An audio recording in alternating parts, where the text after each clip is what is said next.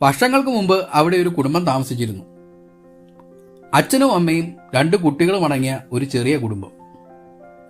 വളരെ കഷ്ടപ്പെട്ടാണ് അവർ ആ ചെറിയ വീട് വെച്ചത്.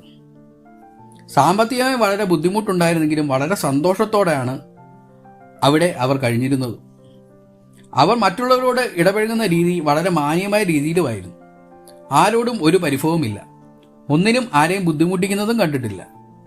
പക്ഷേ ആ കുടുംബത്തെ ഗ്രാമവാസികൾ എന്തൊക്കെയോ കാരണത്താൽ ചുട്ടുകൊന്നു കളഞ്ഞു. അവരുടെ കത്തിക്കരിഞ്ഞ ശരീരം ആ വീടിൻ്റെ മുമ്പിൽ അങ്ങനെ തന്നെ കിടന്നു.